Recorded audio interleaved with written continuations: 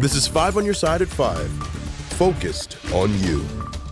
Tonight, we're learning more about a man and woman killed by floodwaters in Jersey County, Illinois. Community members say the couple, both in their 80s, were a beacon of light. Thanks for joining us. I'm Mike Bush. And I'm Ann Allred in for Kelly Jackson. Terry and Carolyn Dooley were 88 years old. This happened not far from their farm in Elsa while the couple lived in Alton. Our Justina Cornell joins us live from Alton. Justina. We're told the Dooleys were together for more than 50 years and they poured their heart and soul into the Alton community. Now, earlier today, we also learned that the couple would visit their family farm in Elsa quite often. Yesterday, the couple was in their car not far from their farm when flash flooding hit. The Jersey County Sheriff said his officer responded around noon to Beltrees Road, just east of Fessler Road. They found the 88-year-old woman dead inside of their car. 3 hours later, they found her 88-year-old husband also dead. Now, they lived in the Middletown neighborhood in Alton. And Alton's Main Street director tells me they were a powerhouse philanthropic couple. We learned the Dooleys were longtime parishioners at St. Mary's Catholic Church in Alton. And Carolyn was a teacher for some time, and Terry was on the financial council for more than 30 years. Just a good couple and always together. And sometimes I think poking fun at each other too, which is, it's always kind of good to see. Joyful and faithful, I say, would be a great legacy for them.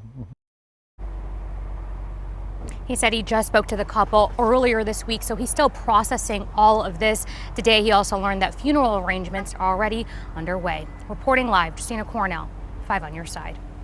In Nashville, Illinois, about 8 inches of rain fell in a matter of hours, causing the city reservoir to overflow the dam. It caused massive flooding to homes and several businesses. 5 on your side's Laura Barczewski is in Nashville checking in on the cleanup and repair efforts. Jamie Lane never expected she'd be spending her week gutting the Nashville home she's lived in for 20 years. About 8:30, I heard a police officer trying to get a kid out of the center of the road, and the floodwaters was coming over really fast. That water came rushing into her house Tuesday morning after heavy rains overflowed the town reservoir. About 3 foot all through the house, so it's got into the beds, couch, dining sets, all my furniture, walls, electric. Their cars were destroyed too, and unfortunately insurance won't cover any of it. And it's just piles of soot and yuck. I mean, it's just disgusting. You can see the debris line here on the Lane's trampoline in the backyard. That's how high the water got. Jamie Lane says that would have been over her head if she hadn't made it out in time. It was pretty horrible, especially for my 6-year-old. Yeah, she was terrified, couldn't stop crying. There was police everywhere.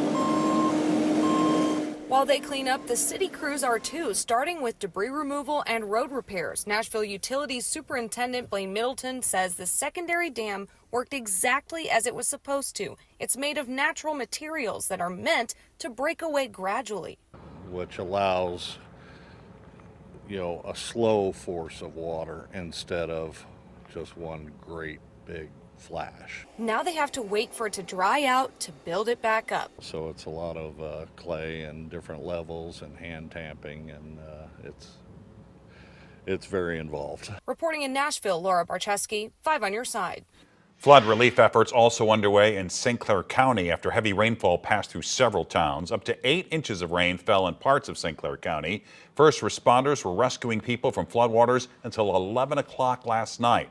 More than 500 people have already reached out for financial help, and officials expect that number to rise throughout the next few days. County officials are now calling for the state or federal government to sign a disaster declaration. We were surveying the flood while the rain was occurring, and it was very clear that this was a storm that we hadn't seen for decades in many parts of the county. Many inches of rain, a lot of damage, not only to residential homes where we had to do water rescue, but also government buildings were damaged. If you're a flood victim in St. Clair County, you can fill out a form on the county's EMA Facebook page. Now time for our weather impact forecast. In addition to our flooding, We also had some confirmed tornadoes yesterday. Let's check in with Chief Meteorologist Scott Connell. Yeah, you know, those tornadoes were midday tornadoes happening just before lunchtime. And through the lunch hours, we were tracking storms through the area, one out near Traylor and then another down towards Cedar Hill. EF0 wind damage with some broken tree limbs out there along Highway 94. And then we got down into Jefferson County. This one downed some tree branches, actually sheared a few trees here and there, but there was more of a damage track here, and the estimates on the top wind speeds with that near 80 miles per hour. This was in that Cedar Hill area, or just north and northwest of Cedar Hill, between Cedar Hill and Burns Mill. Lucas with Midwestern Storm Trackers shared that picture. It's much quieter in Hillsborough now as we look at Jefferson College right now over at the Student Center, and there's some blue sky out there. All the showers well to our south, pushing away, and they are out of our area. We should stay dry now into the upcoming weekend, at least through Saturday, maybe through Sunday. We'll see you in a few minutes. We'll talk more about the weekend forecast.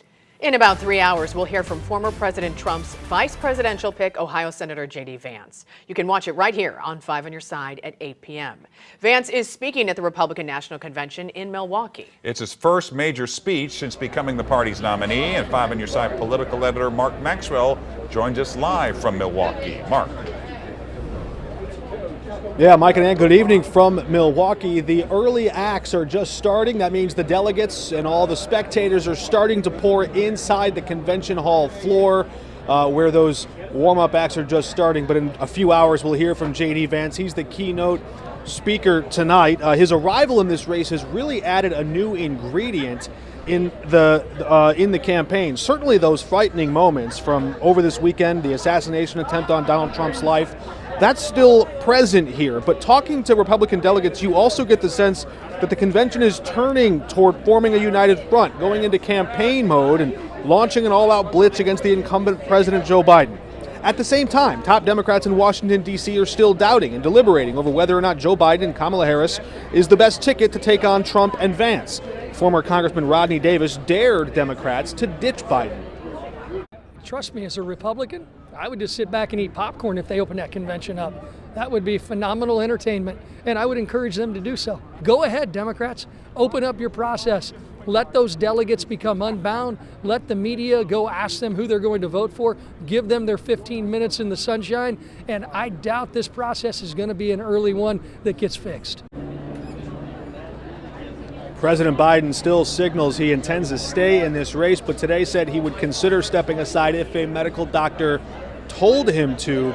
All of this coming together as Democrats prepare to host their convention just 1 month from now in Chicago, where it kicks off. And in a moment where Republicans are rallying and uniting around their nominees at the top of the ticket, Democrats are still doubting theirs. For now, live in Milwaukee, Mark Maxwell, 5 on Your Side. And Mark will be live at the RNC all week long. You can catch his reports on air on KSTK.com and on the 5+ app. And then he will report from the Democratic National Convention. That's August 19th through the 22nd in Chicago. Coming up, new details in the assassination attempt against former President Trump. What the Secret Service has to say about it. Dominating in Paris. Tonight we hear from Team USA Women's Soccer about their hopes for gold.